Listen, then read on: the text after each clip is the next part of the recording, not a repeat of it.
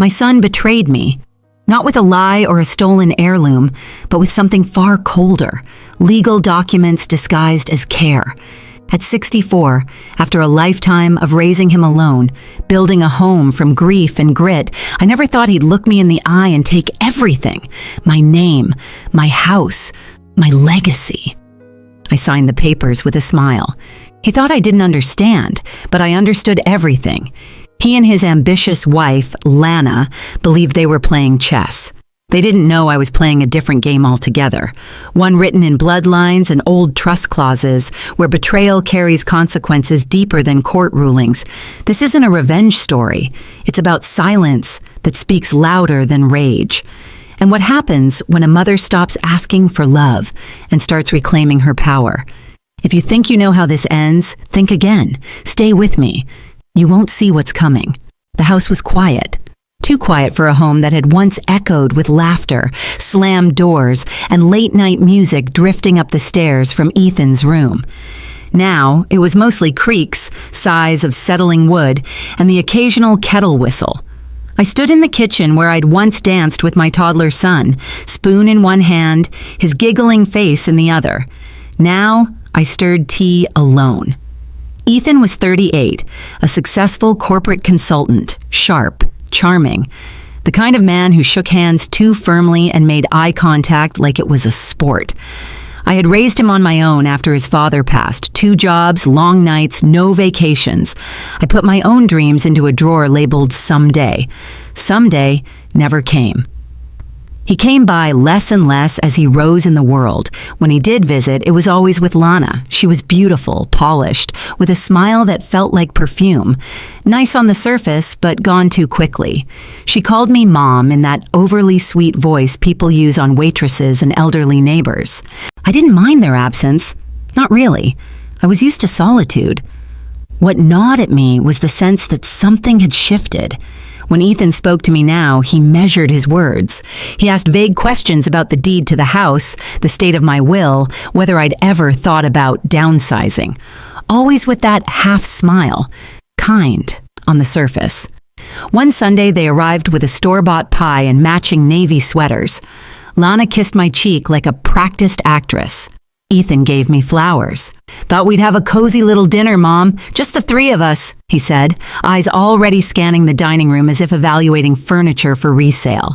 We sat down over roast chicken and green beans. I'd been using the same recipe for 30 years. Ethan barely touched his plate. "You know," Lana began, tracing her fork along the rim of her plate, "this house is beautiful. It must be so much to maintain, though, all by yourself." I smiled politely. "It's work, but it's home." And Ethan leaned forward. "We've actually been talking about ways to make things easier for you. Maybe find a smaller place, something more manageable. Somewhere with a concierge, safety features." "I don't need safety features," I said softly. "I need a living room that remembers my son's first steps." Lana chuckled. "Memories are portable, Mom. You can take them with you." The word Mom from her lips made something cold shift in my spine. Ethan cleared his throat and reached into his satchel. "We thought we'd help you get ahead of things. Legal stuff, paperwork, just some forms, health directives, estate stuff. Nothing big." He laid a packet in front of me like it was dessert. I recognized some of the language immediately. My signature was needed on page after page. Power of attorney, financial transfer authorizations, ownership transitions. "Just standard," he said. "You don't have to decide now. We can talk more next week." But I was no fool. I'd spent my life reading between the lines, on bills, on late notices, on school permission slips I forged when I worked double shifts. This wasn't help. It was a takeover. That night after they left, I sat at the kitchen table and opened the packet. The legalese was thick, but the intention was clear. They wanted control of the house, the assets, even my medical decisions. I stared at the vase of flowers Ethan had brought. So thoughtful, so staged.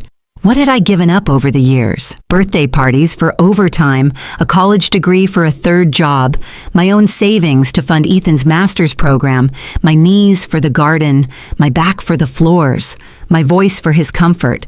And now, they wanted the walls, the keys, the very address that held my identity. I made myself a cup of tea. It tasted metallic and wrong. The house creaked above me, old bones shifting in protest. I wasn't angry, not yet. Anger comes fast and burns out. What I felt was deeper, heavier. I went to the attic and pulled down an old box. Photos of Ethan with missing teeth and crooked glasses. School awards, handmade cards with scrawled, "I love you, Mom," in red crayon. I held each one like a bone fragment from a vanished species. He had loved me once. Now I was a liability to be managed. I didn't cry, not yet. Instead, I pulled out a notebook and began to write. Names, dates, questions. I made a list of people I knew, trusted, even vaguely. I wrote down Scarlett's name, though we hadn't spoken deeply in years. She'd always seemed sharper than her sister. I didn't know what the plan was yet, only that I needed one. They thought I was past my prime, easy to fool, too sentimental to see through a smile. They had no idea I was still watching, still listening, still dangerous. I didn't sleep that night. The ticking of the clock sounded louder than usual, like the seconds were mocking me. I lay in bed and stared at the ceiling, the faint outlines of cracks tracing a spider web above me. Each line reminded me of another fracture in the family I thought I had. By morning, my thoughts were no clearer, but they were sharper. I made oatmeal, fed the birds, watered the garden. Rituals that had once grounded me now felt like performance art. I wore my role as a pleasant older woman like a costume, but underneath, I was sharpening. Later that week, I called Scarlett under the pretense of inviting her for coffee. She sounded surprised, but agreed. When she arrived, she hugged me stiffly, her eyes scanning my face as if searching for damage.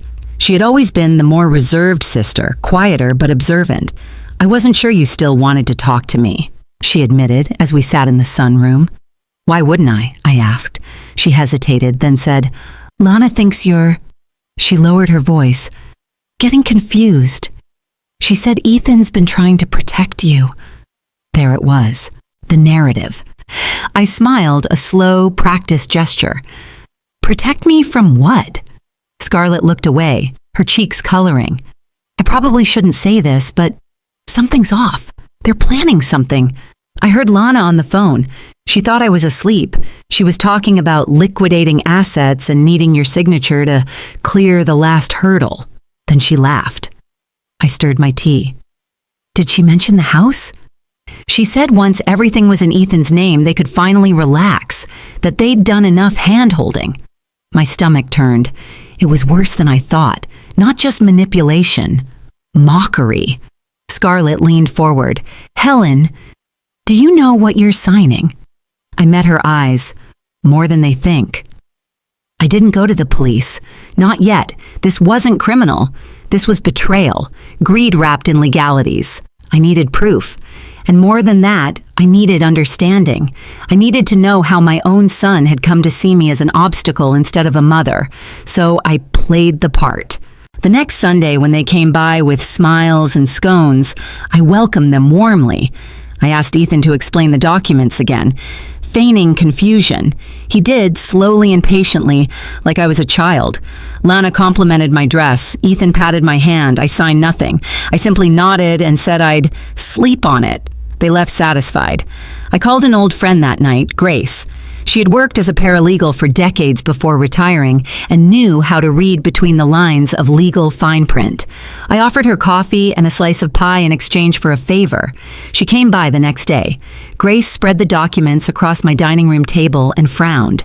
"This is not protective paperwork," she said bluntly. "This is a full-scale asset transfer masked as a guardianship package. If you sign this, you're giving him everything. The house, the accounts, even medical decision-making power. So they can sell the house out from under me?" Grace nodded grimly. "And put you wherever they see fit." That night, I cried. Not for the loss of property, but for the realization that my son had weaponized my love. That somewhere along the way, the boy who used to kiss my cheek goodnight had become a man who could strip me of my autonomy with a smile. But grief had always been my companion. I buried my husband. I buried dreams. I could bury this too, but not without a fight. The next morning, I called the number Scarlett had passed along weeks earlier. "Patricia Chen, Family Law," a voice answered. "My name is Helen Whitmore," I said. "I think my son is trying to steal my life." There was silence on the line, then a calm voice. "Tell me everything." By the end of the hour, Patricia had emailed me a list of documents to gather. Deeds, wills, statements, trust documents if available. I spent the afternoon digging through file boxes, blowing off years of dust, finding papers I hadn't looked at since my husband died. And that's when I found it. A copy of the trust, established by my husband before he passed. I had forgotten about it, tucked away among old tax returns and expired insurance policies. But there it was, a clause so specific it felt like a miracle. In the event that the primary beneficiary is found to be acting in self-interest, contrary to the well-being of the grantor, all rights to properties revert to the original owner or next willing heir by bloodline. I blinked. If Ethan was abusing his power or coercing me, this clause invalidated his claims. I called Patricia immediately. Her voice lit up. "This changes everything," she said. "Don't sign anything. We'll file a preemptive protective motion this week." That night, I stood in front of the mirror, brushing my hair, watching my own reflection carefully.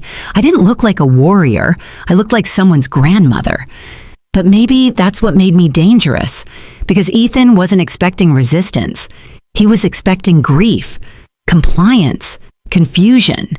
Instead, I would give him none of those things. I would give him silence, stillness. And then the ground beneath his feet would shift. And by the time he realized, it would be too late. The days after discovering the trust clause were filled with a strange electric quiet. I moved through my routines with a calm I hadn't known I possessed. I trimmed the rose bushes. I cleaned out the linen closet. I even baked a peach cobbler just to see if I still could. Ethan called on Thursday. "Hey, Mom, just checking in." That phrase used to mean something. When he was in college, it meant homesickness. After his first job interview, it meant nerves. Now it was a trigger, a signal that he was about to ask me for something he already assumed he deserved. "We were wondering if we could stop by Sunday," he added casually. "Maybe go over those documents again." "Of course," I said, as if nothing had changed. That was the last time I'd use "of course" with him and mean it. That Friday, I met with Patricia Chen in person. Her office smelled of expensive leather and lavender. The windows overlooked a city that moved fast and didn't care about old women with sentimental hearts. But Patricia cared. She wore confidence like a suit of armor and had eyes like a hawk circling a battlefield. She had already reviewed the trust and drafted a notification of protective intent, a document that would preemptively notify the court of a suspected coercion attempt tied to an elder estate. "It won't trigger alarms yet," she explained, "but it establishes a timeline. That's crucial if they escalate." "What do I need to do?" I asked. Her expression softened just for a moment. "You need to keep being underestimated." So I did. On Sunday, I laid out the good china. The same set I'd bought at a garage sale when Ethan was 5. I made pot roast, the one he loved as a teenager. I folded cloth napkins, lit the candles. I performed the role of the gracious, aging mother to perfection. They arrived dressed like a magazine spread. Ethan in a navy pullover, Lana in soft cream with just enough gold jewelry to look expensive, but not excessive. Her perfume entered the room before she did. "Smells amazing in here, Mom," Ethan said, kissing my cheek. Lana hugged me lightly. "You always make everything so cozy." We sat down to eat, and I watched them perform. They cooed over the food, complimented my earrings. Ethan asked about my knitting projects. He'd never once shown interest before. Then, as I cleared the dishes, he brought out the folder. "Only a few pages to go over today," he said. "We simplified things." I glanced at the documents. Lana reached across the table to squeeze my hand. "You've done so much for Ethan. It's only fair that he helps you now, you know? You deserve peace, stability."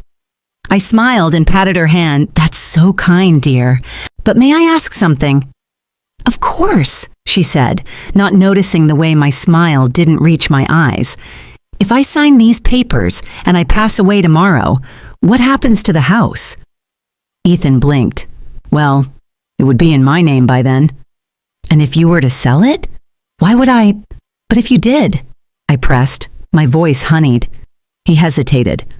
I suppose it would be our decision, Lana and mine. Interesting, I said lightly. So not mine, not anymore. Mom, come on, Ethan said with a forced chuckle. This is all about making sure you're taken care of. We'd never do anything without discussing it with you.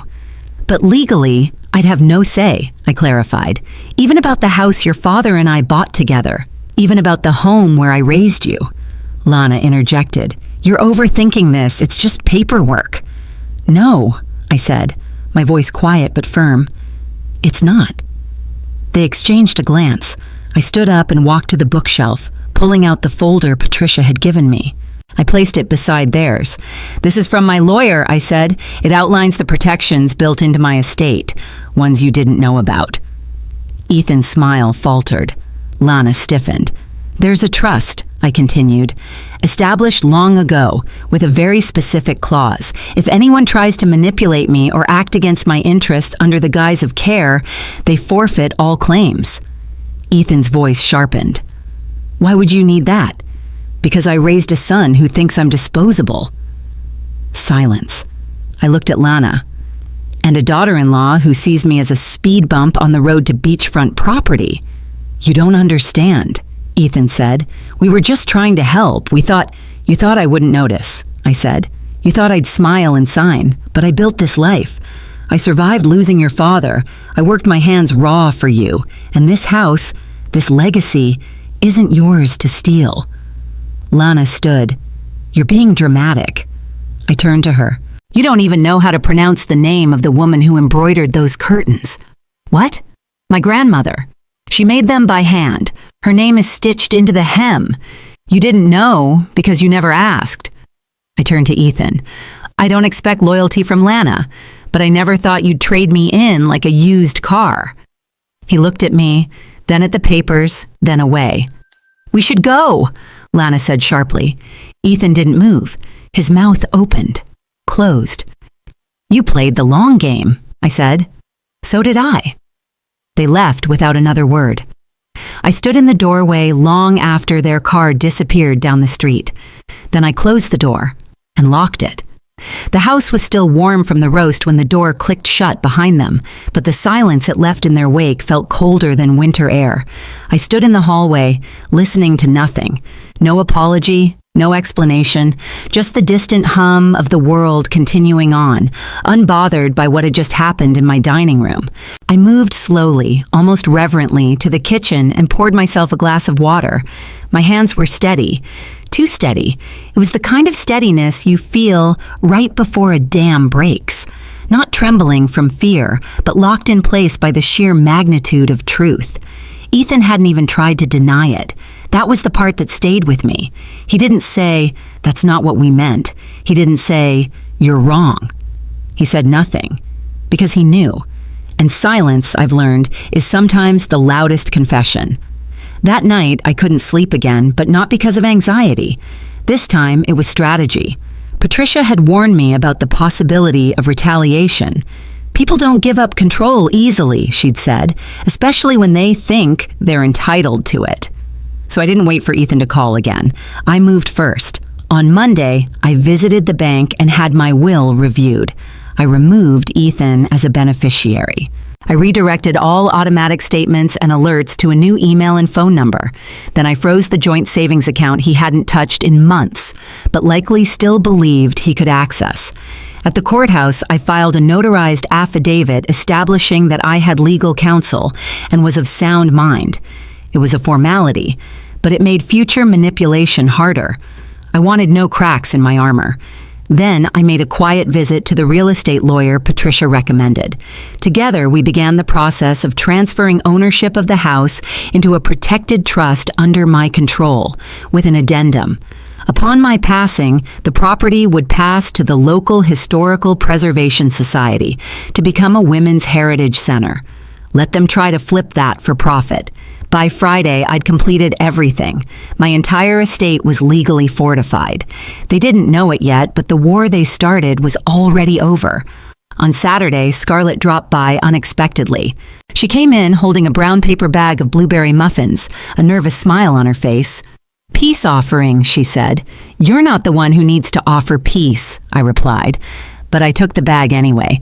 We sat on the back porch with coffee, the late afternoon light turning the garden golden.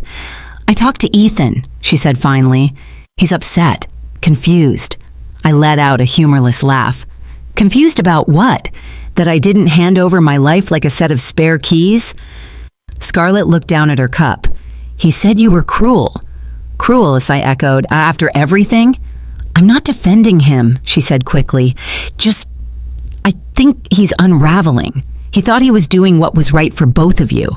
"No," I said quietly. "He thought he was doing what was easiest. And he thought I'd be too blind, too desperate for connection to stop him." Scarlett was quiet for a while. Then, tentatively, she said, "He's afraid." "Of what?" "That you've changed everything, that you've cut him off permanently." I turned to her, meeting her gaze squarely.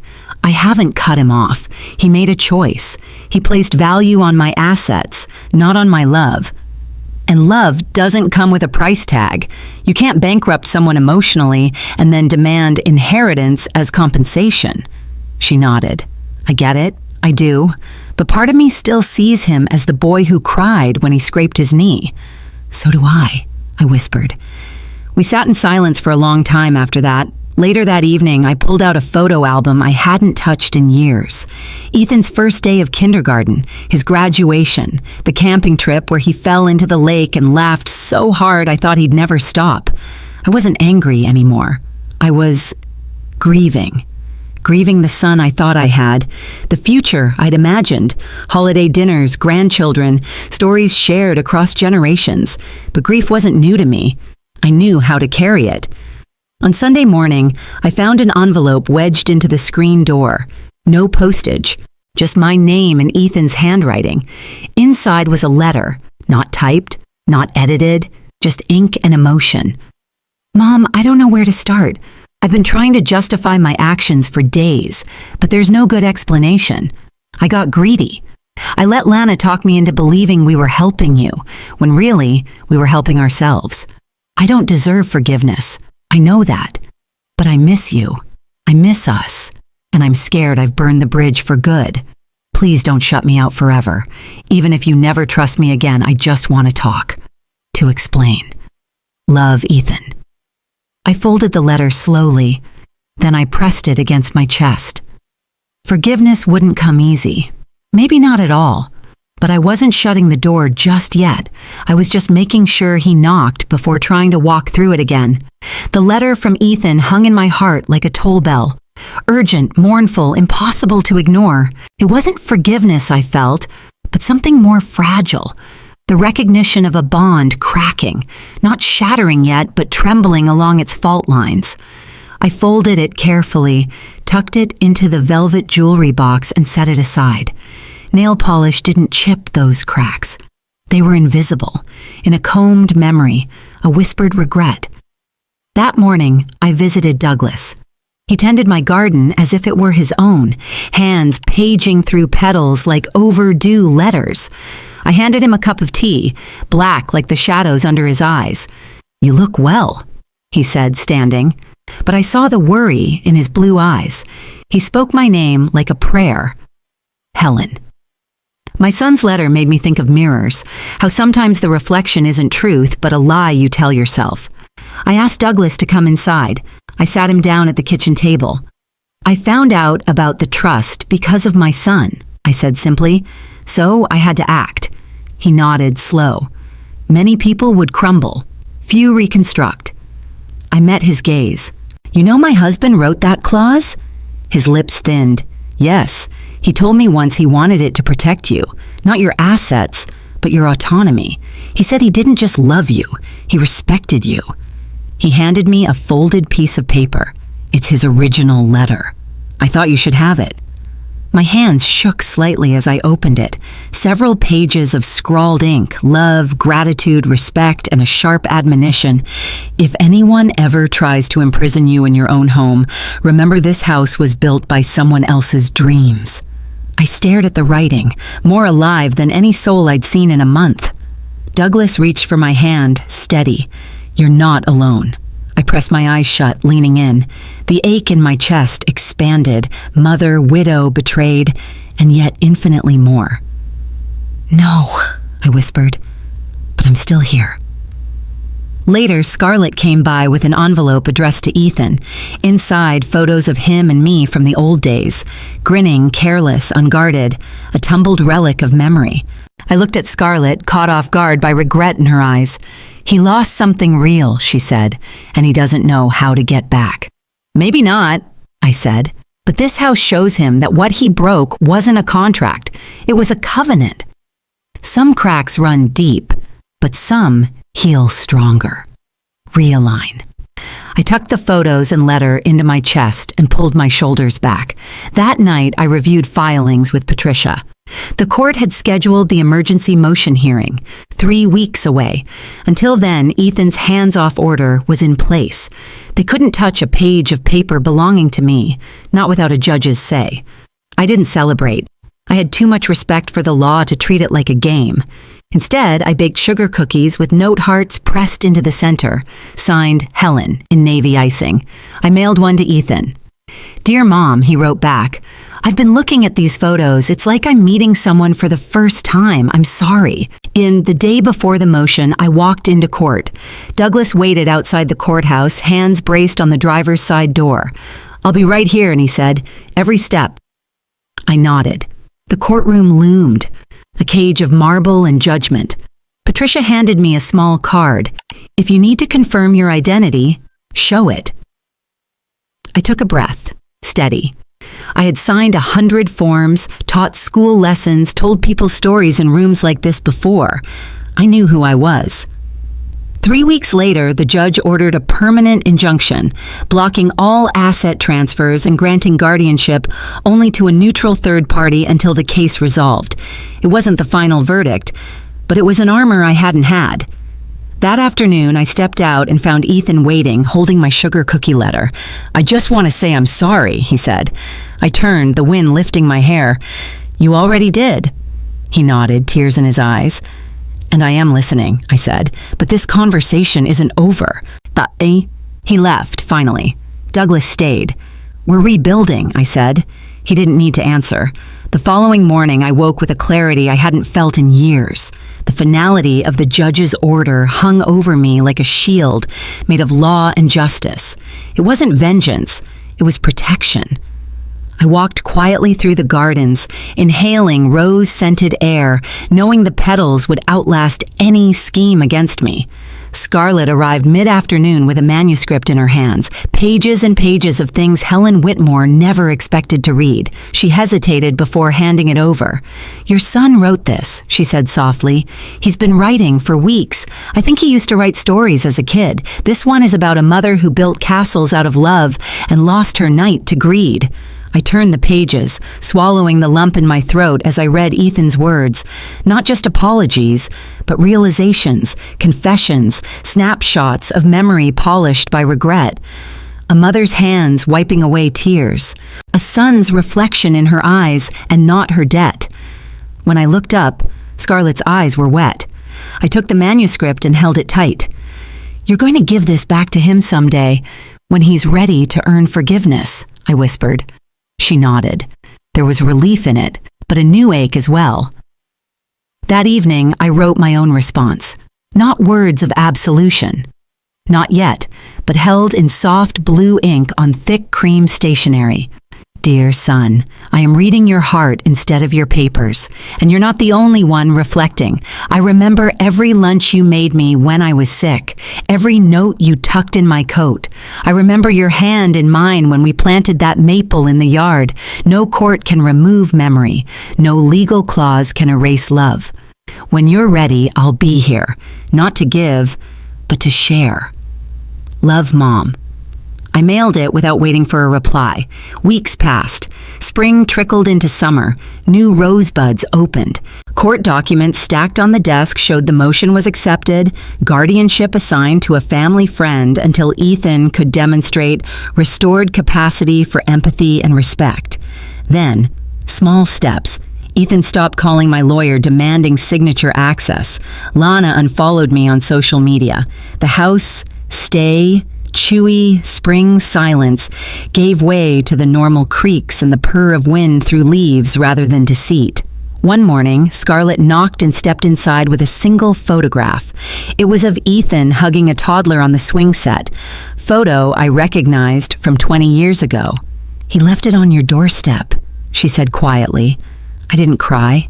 Not tears, just remembrance. That afternoon, I took the photo out on the back porch and propped it on a bench as if inviting him to sit with me. Days later, I found him in the garden as I weeded. Kneeling by that bench, he reached for a trowel and dug a small hole. He placed the photo into the earth, pressed down gently, and covered it with soil. I kept working near him, not saying a word, letting him speak in silence. After, I handed him a peach cobbler that afternoon, warm, comforting. He ate half, then looked up. "How do you keep going, Mom? I tried to break you." I didn't answer at first. "What do you say to a son who tried to erase you?" I covered his hand with mine. I had to decide what I was made of and who I belonged to. He nodded slowly. Summer turned into fall. I received an invitation. "Mom, please join us.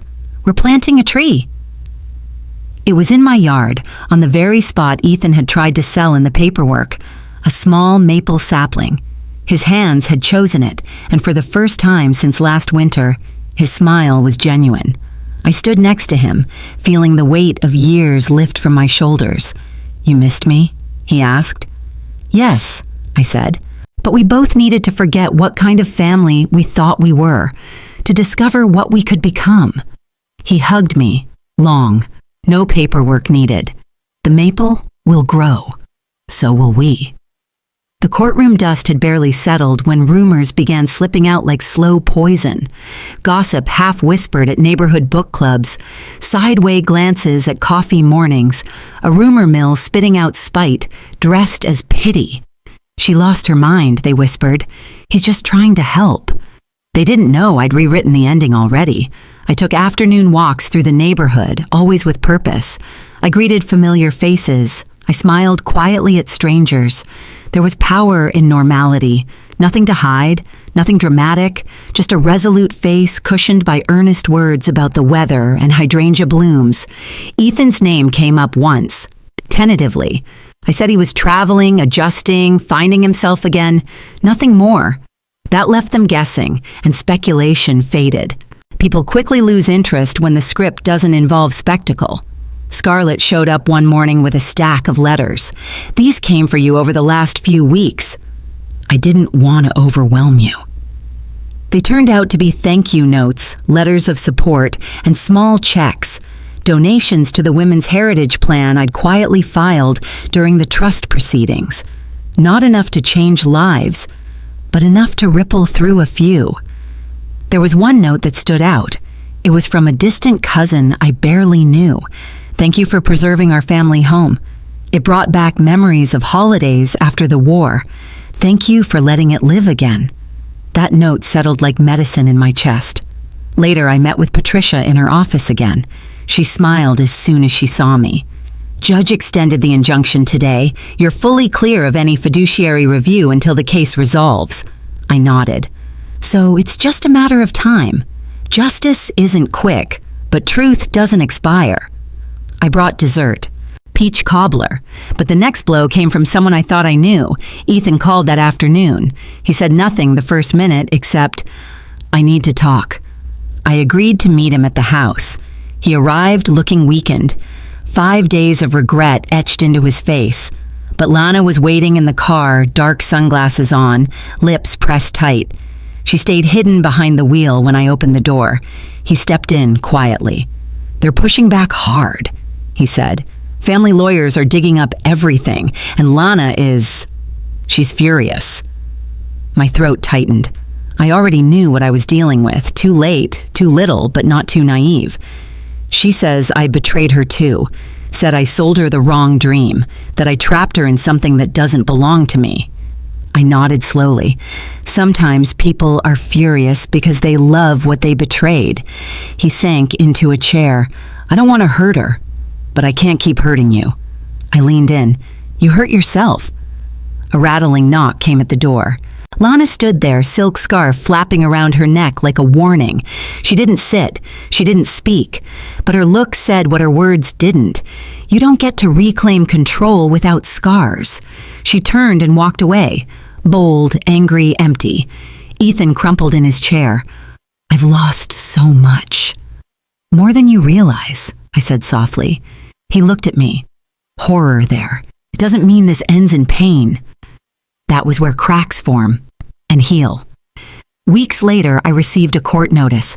Lana would be subpoenaed for fraud, the forged documents from storage, suspicious transactions traced to accounts I didn't even know existed in her name. Down the street, a moving van appeared at her house the next week. I didn't gloat. I don't do petty. But I watched them leave, and I let silence and distance do the rest. Because sometimes the unraveling comes not from sabotage, but from ropes tied too tight to begin with. I spent most of that Saturday among the hydrangeas, pruning the largest blue blooms back to allow new life. The roses were done flowering, but the garden felt alive again, appropriate, since everything else was shifting too. Growth doesn't mean forgetting the frost, it means surviving it. I heard the mail drop and found an envelope addressed to me in a neighbor's handwriting. It was postmarked from out of state. I recognized her immediately, Mrs. Collins, whose grandchildren had played with Ethan when he was little. Inside was a small handwritten card. Dear Helen, thank you for standing your ground. Some homes are worth saving more than gold. Her words were a balm. I folded the card carefully and slipped it into my apron pocket, next to the keys I no longer carried for fear someone might want them more than I did. By Monday, winds of change were in full force. Lana's subpoena had triggered furious backlash at the attorney's office. Emails, calls, threats, but not to me. I received a single piece of mail, an invitation from the Historical Society to join a committee planning public tours of my home once the Women's Heritage Center was complete. It wasn't the victory, no, but it was the next move. I called Scarlett first, hands trembling. They're turning the house into something good, I said. She laughed through tears. Not our turning, you are turning it. You're making your story public. The right parts. That afternoon, I mailed confirmation to the society. On Wednesday, I received a press release draft. Woman whom son tried to maim financially opens family home to public. Symbol of female strength and legacy. I stared at the words, astounded. I'm not used to reading about myself in headlines. It felt strange, wrong even. But something else came up behind the surprise. I belonged. That was worth everything. Friday morning, I received a text. Ethan, I'll be there tomorrow morning. I want to help. No lawyers involved. Just his name on a screen. I replied with a time. He arrived early carrying a box. Old photos, letters, things that jumped out at me as I packed to move. He sounded hesitant. He laid them on the dining room table. Same table where he and Lana had presented the power of attorney packet. Now, his hands sifted through fragile memories. School pictures, postcards, a pressed flower from my garden. I found this, he said, holding the hydrangea card from Mrs. Collins. I nodded. She represents what the house really is. I'm sorry. It wasn't dramatic. It was functional, brutal, complete. I said, it's not about the apologies. It's about whether we hold what was broken or rebuild what was lost. He set the box down gently. I want to help make it right. So he did. He helped research women's organizations to collaborate with. He painted a faded room for children's history exhibits. He spent hours learning Brinkerhoff's family architecture and planning tours. The last morning I saw him that week, he placed a small sapling near the old oak, the one planted on Dad's 10th anniversary. A dogwood with delicate petals, easier to plant in autumn earth. He didn't say much. I didn't need him to. We stood and watched the wind riffle through its new leaves. That night, Scarlett and I walked through the house. She paused by the kitchen window where Ember had once sat, gossiping about divorce. But the reflection in the glass now held something else. 2 women standing side by side. "Did you ever think you'd get here?" she asked. I traced the pain with my fingertip. Only once. As a child, I believed love kept things alive. Now I know love is what you rebuild with. She squeezed my hand. That's the best kind. Time moves differently on the other side of a battle. Weeks that felt like lifetimes shrink into dawns and sunsets and the steady rhythm of daily life. For me, that rhythm now echoed with purpose rather than pain. I spent early mornings in the kitchen, kneading bread as light peeked through the curtains. The scent of yeast and flour filled the air, mingling with memories I no longer feared. Those mornings I wasn't cooking for approval or obligation. I was cooking for hope. One Tuesday, Scarlett brought a visitor, a timid woman named Joy, recently divorced and seeking a fresh start.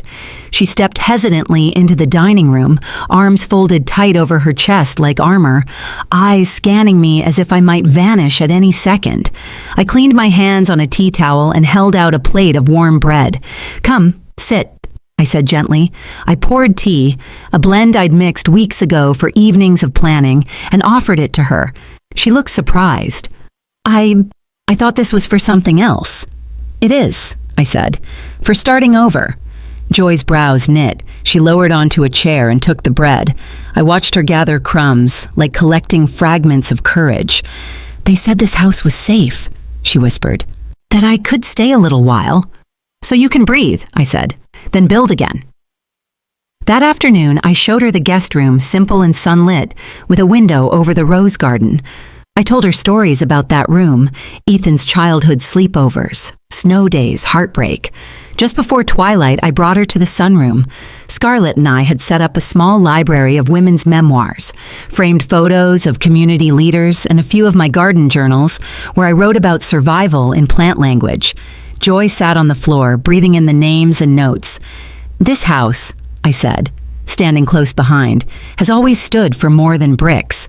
It stands for chapters that keep turning, even when the pages are torn." She looked up, tears shining. "You're giving this to me, to remain." I nodded, feeling the weight lift a little more. Over the next several weeks, other women arrived, each with their own wounds, none visible. All real, some for a night, others stayed longer. Children's laughter replaced old echoes of silence. Curtains shaded new beginnings. Walls that once held schemes now listened to dreams. One afternoon, Douglas and Scarlett dropped by while I trimmed the late summer blooms. I watched them through the window, smiles half hidden in the golden light. "You know," Scarlett said as she brushed past, "you built a refuge." I held a pair of pruning shears but didn't harm a petal. "It's ready for more," I added. As autumn took hold, we began preparing for official opening, a gathering to celebrate rebuilding legacy. Scarlett designed invitations. Joy and a handful of others offered to cater.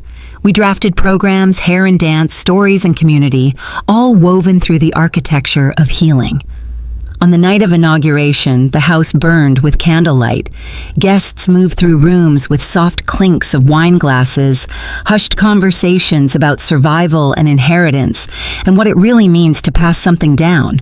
I took a moment in the old kitchen, holding a glass, watching patchwork candlelight flicker over the curtains stitched by my grandmother.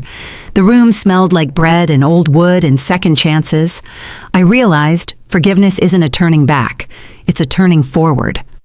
Lana's name was never mentioned. Ethan? He helped. On the porch later, the wind rustled through the newly planted dogwood petals, new and fragile as truth. That night, as music from the living room floated through the halls, I whispered, "This is more than what I saved. It's what we became." After the inauguration, the house seemed to breathe anew. The laughter hadn't faded. Instead, it became part of the foundation, like new boards in an old frame, stronger for their difference. I walked through the rooms at dusk, each candle's flame steady, each memory a gentle echo rather than a ghost. Ethan appeared in the doorway, holding 2 mugs of chamomile tea. The steam kissed the air between us as he handed me one. "For the roses," he said quietly. "They bloom for the right reasons now." I smiled. Honors earned aren't flashy. They're simple. We sat on the back porch where the dogwood had begun to unfurl its petals, fragile but hopeful. I wrapped both hands around the mug, warmed by more than the liquid inside. "I did something wrong, Mom," he began hesitantly, "but I've been learning how to rebuild, not just what I damaged." "I know," I said. "I've seen it." He set his mug aside and reached for a small envelope in his pocket. Again, ink on paper, trembling at the edges. "Mom, I'm donating the assets I thought I deserved to the Women's Refuge Fund. It's not a repayment, it's a statement. And if you ever want me back, I have some work to do." I blinked once, then again.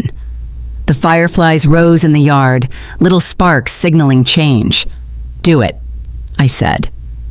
"And I'll be here." We finished our tea in silence. Later, Scarlett came out with a lantern and lighted the porch. "You okay?" she asked gently. I looked at the kids spinning on the lawn, the women talking on the benches, Ethan near the swing they used to play on. "I've given everything that matters away," I said, "and gotten it all back in a different form." Scarlett squeezed my hand. "Legacy isn't something you leave behind. It's what you build together." Weeks passed. The seasons edged toward winter. Firewood was stacked, blankets laid over chairs, and on chilly nights the house thrummed with warmth that wasn't just heat. Ethan volunteered to help install security cameras, not to hold my hand, but to watch over the house they once plotted to take. He installed them with care, positioning them to capture both entryways and garden paths. I thanked him quietly afterward. "You protected it," he said. "I did," I replied. "But I didn't need to prove anything to the walls anymore." Scarlett arrived with an oak seedling in the center of a small pot. "I thought we should plant this together," she said. I knelt in the garden as the last leaf fell. We dug gently, the spade biting into comfortable earth. We planted it where the old oak stood, its roots entwined with memory, a new beginning beside tradition. As the seed settled, Scarlett whispered, "This is for what comes after the bloom." We stood together, hands on dirt, shoulders side by side. That evening, as the sky turned violet and the house glowed golden, I raised a glass of sparkling cider. "To letting go," I said, "and to everything we built from that barren moment." We toasted, the glasses chiming softly like promises. In that ancient house, new life stirred again. The house had witnessed more seasons than I could count, but this winter felt different. For the first time in a long while, the chill that swept through the garden seemed to carry a new promise. The whispers of the past no longer lingered like shadows, no longer held me in a grip of regret. Instead, there was space for new light to enter, for new growth, like the roots of a tree breaking through the soil after years of being stifled. I walked through the house with a different pace, no longer rushing to check corners for signs of betrayal or deceit. Every room was a new canvas, untouched by the bitterness of what had been. The sunroom, once filled with just a few dusty frames, now held bookshelves packed with stories of survival, strength, and beginnings. The kitchen, where the old scars of forced smiles and false normalcy once lingered, had become a place of joy again. I'd spent the last few months rebuilding, not just the physical space, but the very essence of what I had lost. I had held on to the house because it was all I thought I had left. But I was starting to understand something more profound. The house was never really about the walls, the windows, or the foundation. It was about what it represented. A life built, not just on brick and wood, but on love, memories, and resilience. Ethan had been visiting more regularly now. Each visit had been different from the last. No longer was he walking in with that same sense of entitlement that once burned behind his eyes. Now he seemed to carry something more. Regret, yes, but also the beginning of something new. He was learning the weight of his actions, the consequences of the choices he had made, and he was beginning to understand that rebuilding starts with humility. One afternoon, as I sat in the sunroom, Scarlett joined me with 2 cups of tea. We had become close over the past few months, our bond growing stronger as we worked together to transform this house. The work of turning my family's home into a center for women who needed it was fulfilling, more fulfilling than I could have imagined. But it wasn't just the work that had changed me, it was the people who came to visit. The ones who found a new purpose in the same walls I had once called my prison. "I think we've done it," Scarlett said, placing the cups down carefully. Her eyes were soft, filled with something I couldn't place, but I could see the pride in her. "This place is different now, not just for you, but for all of us." I took the cup she handed me, and for the first time in a long time, I let myself savor the moment. The weight I had carried of disappointment, betrayal, and bitterness had lifted. It wasn't a simple fix. It had been a series of small choices, small acts of courage that had led me here. "I never thought it would feel like this," I said, the words soft in the air. Like I could breathe again, like I was finally free. Scarlett smiled and nodded. "Sometimes letting go is the hardest part, but I think you're finding your freedom now." We sat in silence for a few moments, the only sound the gentle crackle of the fire in the corner. Then there was a knock at the door. I rose, my heart skipping a beat. I hadn't expected anyone. But when I opened it, I saw him standing there. Ethan, with his hands shoved into his pockets, his shoulders hunched slightly. "I brought something," he said quietly, his voice hesitant. I thought you'd want to see it." He held out a framed picture. It was an old photo of the house, taken years ago, before the cracks, before the betrayals, a time when everything seemed simple and whole. I took the photo from him and looked at it, my breath catching. There was something about it, something I hadn't noticed before. The way the sunlight hit the windows, the way the garden was in full bloom, the way everything seemed so perfect. "This was the first time I really saw the house for what it was," he said, standing in the doorway. "Not just walls and rooms, but a home. It wasn't about what we had or didn't have. It was about what we built together." I looked at him, feeling a flicker of something, a mixture of pride, pain, and relief. "You're right," I said softly. "It was always about what we built together." He nodded, his eyes filling with emotion. "I'm sorry. I can't undo what I did, but I can try to make it right." I stepped aside and motioned for him to come in. "You're already on your way, Ethan. It's not about undoing the past. It's about learning from it." We stood in the entryway for a while, neither of us saying much, but the silence was comfortable. I knew it was his way of telling me he was ready to try, that he was beginning to understand the weight of his actions. "I want to help here," he said finally, breaking the silence. "I want to be part of this, not to fix anything, but just to be here, for you, for this place." I smiled softly, setting the picture down on the mantel. "I think that's exactly what this place needs." Later that evening, the 3 of us, Ethan, Scarlett, and I, sat around the dining table sharing dinner. It wasn't extravagant, but it was enough. The laughter came more easily now. The tension that had once consumed this house had melted away, replaced by something warmer. As we finished our meal, I looked around the table, feeling a sense of peace settle over me. The pieces of the puzzle that had seemed so scattered, so irreparably broken, were slowly beginning to fall into place. Outside, the wind rustled through the branches of the dogwood tree Ethan had planted. It was small now, but it would grow strong, just like this house, just like all of us. "This house," I said, raising my glass, "has always been more than bricks. It's been our story, our future, and we're still writing it." Ethan, Scarlett, and I clinked our glasses together. The cracks in the foundation had been repaired, the walls rebuilt, and now we stood side by side, knowing that the house, the legacy, and the love it held were ours to protect. And I knew in that moment that the story wasn't over. It was just beginning. Winter had arrived, crisp and sharp, as if the world was finally shaking off the remnants of an old year, ready to start anew. The first snow came late that year, coating the garden and the house in a blanket of white, softening everything it touched. It was almost like the earth itself had decided to give the house a fresh start, just like I had. I spent most of the early morning with my hands deep in the soil, preparing the garden for the cold months ahead. Even in winter, there was something to tend to, something to nurture. The rose bushes, though dormant, still had life in them.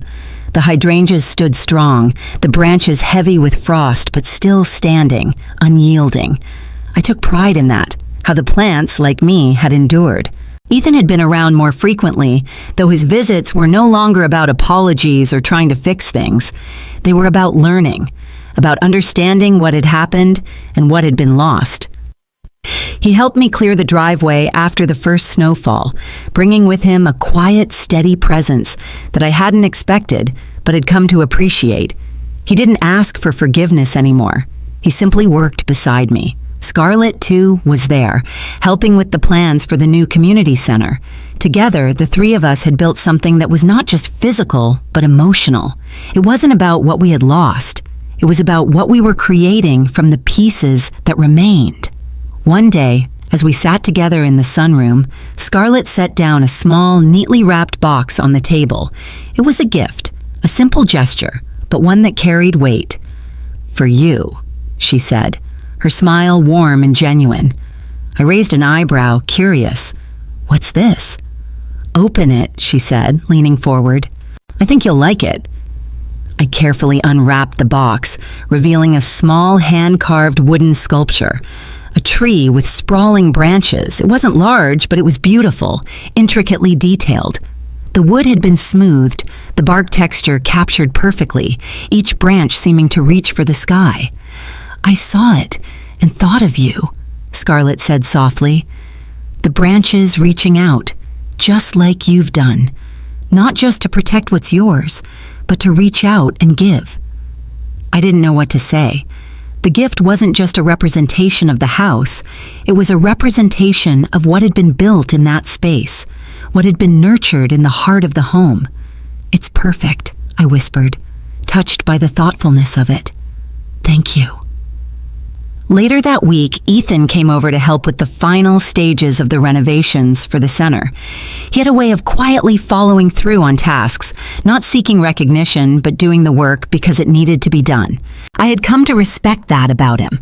The way he had turned from a son lost in his own desires to a man trying to redeem himself.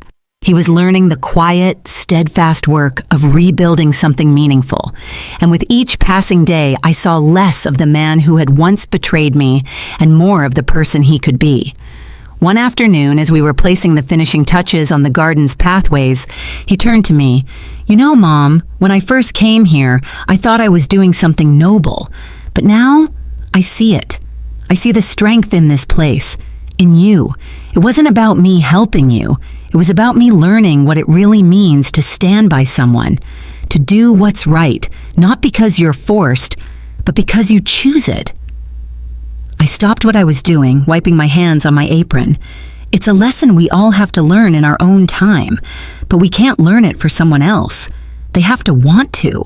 Ethan nodded, and for the first time in a long time, there was a real understanding between us. We didn't need to speak much. It was there, in the way he worked beside me, in the way I watched him struggle and rise from his mistakes. The following week, we held the official opening of the Women's Heritage Center. It wasn't grand or elaborate, but it was everything I had hoped for.